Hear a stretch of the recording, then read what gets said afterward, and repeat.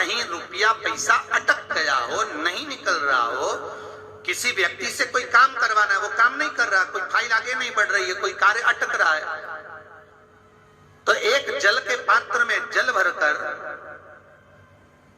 5 बेलपत्री शिव जी को समर्पित कर कुंदकेश्वर महादेव का नाम लेकर एक सफेद पुष्प बेलपत्री के ऊपर जो शिव जी को चढ़ाई है उस पर समर्पित कर जल जो लेकर गए हो, अपनी उस कामना को कर कि मेरा ये कार्य अटक रहा है, ये कार्य नहीं हो रहा, कुंदकेश्वर महादेव का नाम लेकर धीरे धीरे जल की धार चढ़ाइए। और एक बात हमेशा याद रखना, फिर निवेदन कर रहे हैं, अच्छे से समझ लेना, शंकर जी पर जब जल चढ़ता है, शिव जी का जब अभिषेक होता है, शंकर जी पर जब जल चढ़ाया जाता है, दूध चढ़ाओ, जल चढ़ाओ, कुछ भी चढ़ाओ, पर एक बात का स्मरण अपने जीवन में होना कि इतने ऊपर से मत चढ़ाना कि जल चढ़े और छींटे आपके ऊपर। बहुत ध्यान दीजिएगा।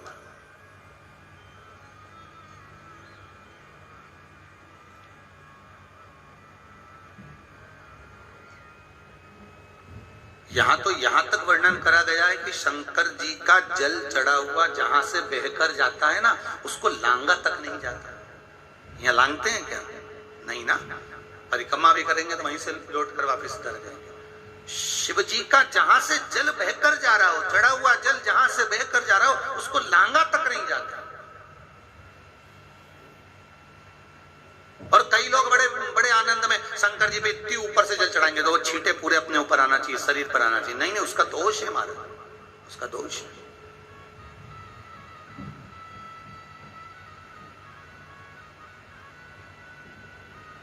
शिव जी को अगर आप जल चढ़ा रहे हो,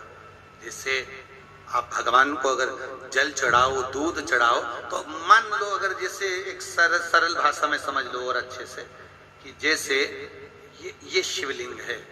शंकर जी का, ये शिवलिंग है, और आप जल चढ़ा रहे हो, तो इतने ऊपर से छोड़ोगे तो पानी का छींटा तो अपने ऊपर आएगा, पर वही जल, वही दूध, वही सामग्री आप शिवलिंग से थोड़ी सी दूरी बनाकर अगर आप समर्पित करेंगे तो बाबा उसको स्वीकार भी करता है और आनंद की अनुभूति भी होती है, कार्य में सिद्धता भी आती है, कार्य में उसकी सिद्धता भी। तुम तो ऊपर से छोड़ रहे हो जिससे वो पानी तुम्हारे ऊपर ही आए, तो वो एक अलग वो एक अलग विषय।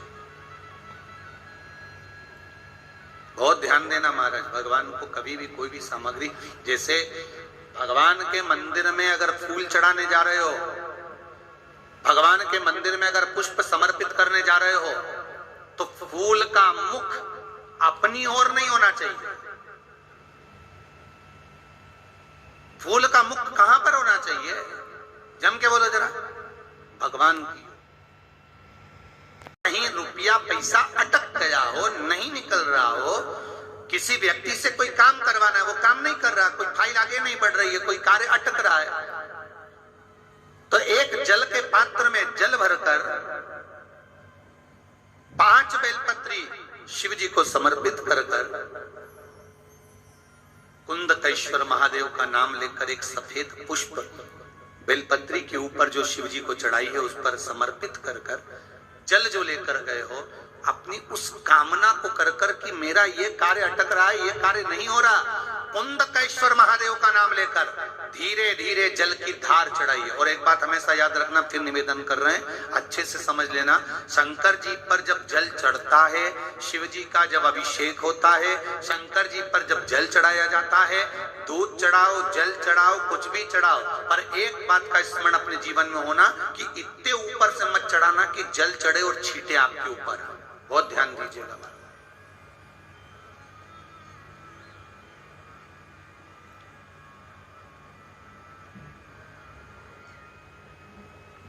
यहां तक वर्णन करा गया है कि शंकर जी का जल चढ़ा हुआ जहां से बहकर जाता है ना, उसको लांगा तक नहीं जाता। यहाँ लांगते हैं क्या?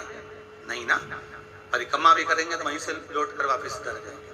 शिव जी का जहां से जल बहकर जा रहा हो, चढ़ा हुआ जल जहां से बहकर जा रहा हो, उसको लांगा तक नहीं जाता।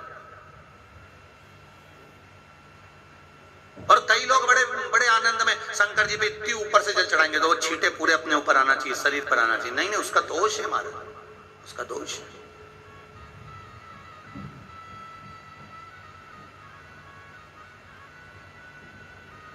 शिव जी को अगर आप जल चढ़ा रहे हो, जैसे आप भगवान को अगर जल चढ़ाओ, दूध चढ़ाओ, तो मान लो अगर जैसे एक सरल भाषा में समझ लो और अच्छे से, कि जैसे ये शिवलिंग है शंकर जी का, ये शिवलिंग है, और आप जल चढ़ा रहे हो, तो इतने ऊपर से छोड़ोगे तो पानी का छींटा तो अपने ऊपर आएगा, पर वही जल, वही दूध, वही सामग्री आप शिवलिंग से थोड़ी सी दूरी बनाकर अगर आप समर्पित करेंगे, तो बाबा उसको स्वीकार भी करता है और आनंद की अनुभूति भी होती है, कार्य में सिद्धता भी आती है,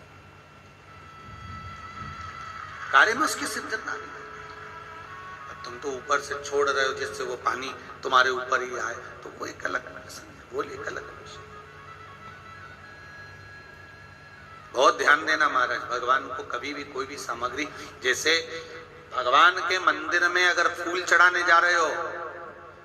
भगवान के मंदिर में अगर पुष्प समर्पित करने जा रहे हो, तो फूल का मुख अपनी ओर नहीं होना चाहिए। फूल का मुख कहां पर होना चाहिए? जम के बोलो जरा, भगवान की